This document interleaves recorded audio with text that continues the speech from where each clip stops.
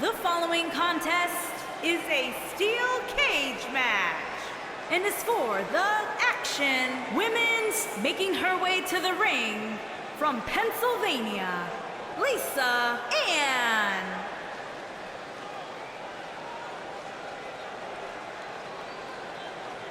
Get ready, guys. Big-time singles matches coming up here. And I can assure you these two superstars have been waiting all day to get their hands on each other.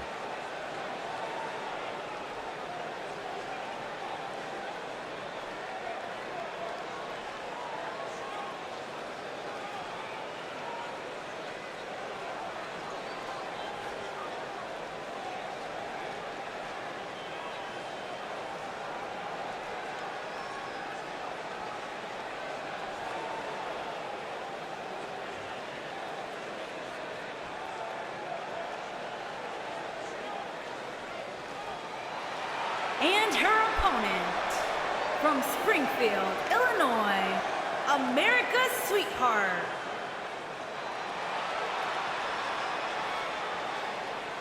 Ladies and gentlemen, it's now time for our big steel cage match. And I know both of these superstars are supremely tough, but you'd have to assume they're experiencing some butterflies here as we wait for the opening bell.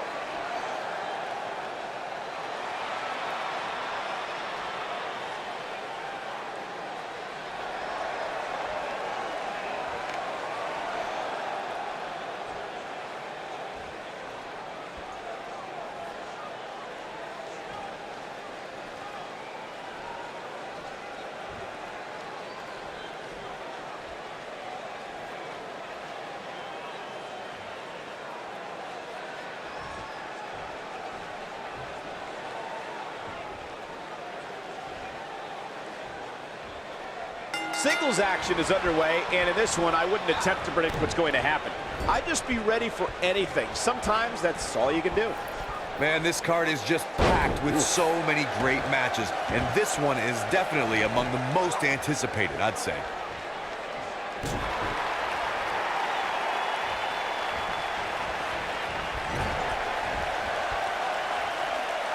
Harsh impact.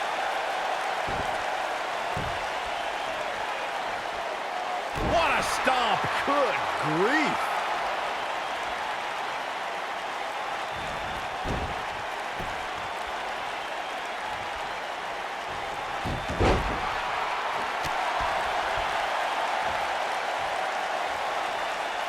Oh, look at this amazing power. Boom, what impact! She's starting to stagger a bit, but she knew this match wasn't going to be easy. Listen, she's more than capable of absorbing a little punishment here.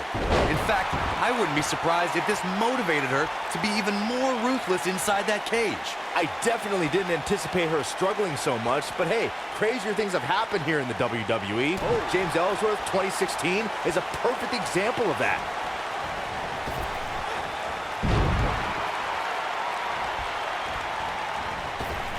Nice. Drop down.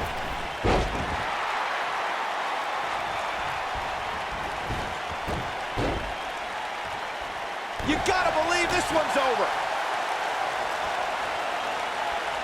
Nailed it.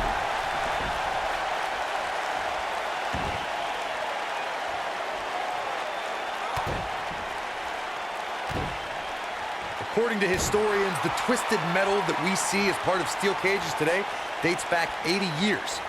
To settle a dispute between competitors Jack Bloomfield and Count Pietro Rossi, the two met inside a ring surrounded by chicken wire. At first, these types of matches were referred to as fence matches. Ooh.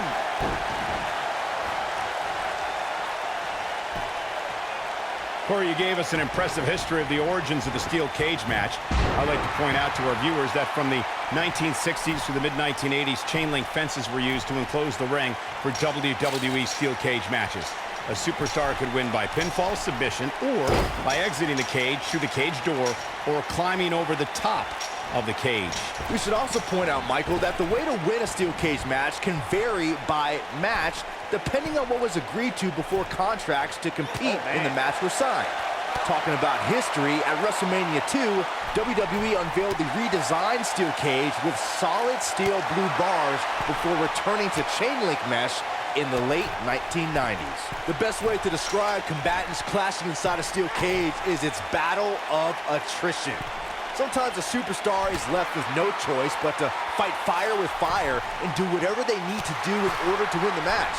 And sometimes it comes down to a superstar doing whatever they need to do in order to survive. Byron, you touched on this earlier, but it's so important for a superstar to accept that there's nowhere to run and nowhere to hide in a steel cage match. That the conflict will be resolved within the 15-foot-high steel walls that surround the ring. And that losing a cage match can mean much more than a mark in the loss column. For some, it has meant the end of their career. It's difficult to describe the damage that can be done to a superstar who competes in a steel cage match. We see the physical harm, but we don't see the psychological effect. Lariat! This is all but over. Oh, clothesline! Nice. Nice calf kick. Great elevation. I knew it was only a matter of time. Look at her go. The steel cage is a massive enclosure that stands 15 feet in height. For almost 35 years, a select group of high flyers have taken their aerial assaults to greater heights. And when I say that, I mean superstars climb to the top of the steel cage, the real high-rent district, and dive off onto their opponent. And that all started with one man in October of 1983, Jimmy Superfly Snuka. To your point earlier, Byron, we've definitely seen some unbelievable attacks be launched from the top of the steel cage. And you mentioned the most iconic, the steel cage match for the Intercontinental Championship that saw Jimmy Superfly Snuka clash against bitter rival, the magnificent Morocco. There's no denying that Superfly set the bar. You look over the years to people like Jeff and Matt Hardy, Eddie Guerrero, Kurt Angle, and Chris Jericho. They continued to push the envelope and executed unbelievable attacks from the top of the cage. And watch Rikishi take flight off the top of the steel cage. Wow.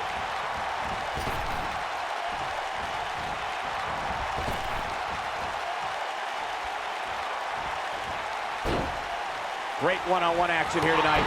It doesn't get much. Some good technique right there. Look at the look in her eyes. She's in the zone now. Oh, and she's dropped there. Yeah, she might be done here, guys.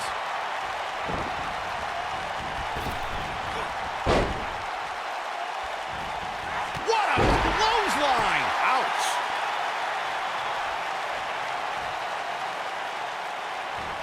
Come on, this isn't fair.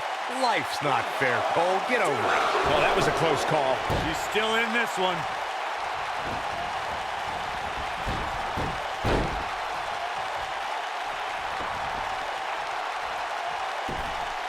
Looks to me like these superstars are running on fumes right about now. Oh, nasty impact. Ooh, what impact.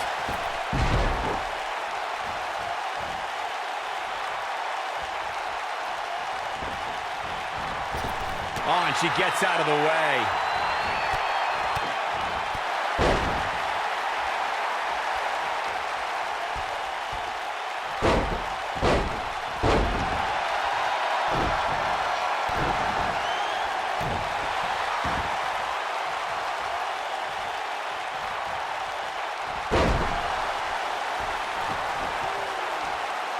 There may be no coming back from this incredible beatdown. Drop kick. It hits the mark.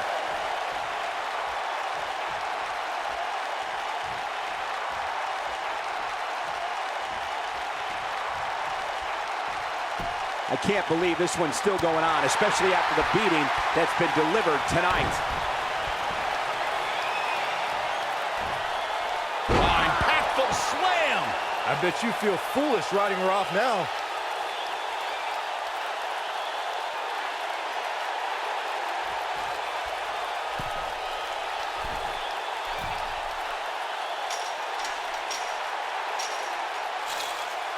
I'll tell you, the cage has absolutely beaten down these superstars.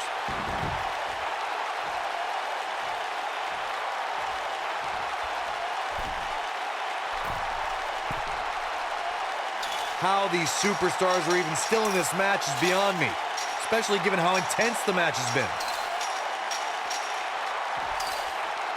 Yes! Takes it!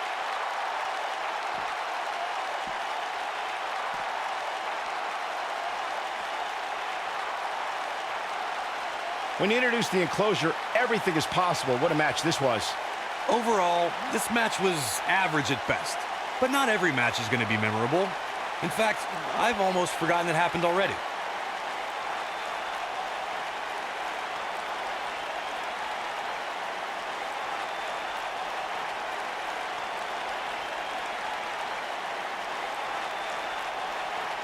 Critics of these ladies in the WWE might not have been very impressed, but they did do some nice things in there.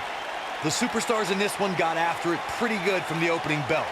Can't complain about the effort, technical proficiency, Here is or your result. winner and new Action Women's Champion, Lisa Ann. A well-earned victory indeed. I could watch them go at it each and every week. What a match. Guys, I have to say, that was an amazing match.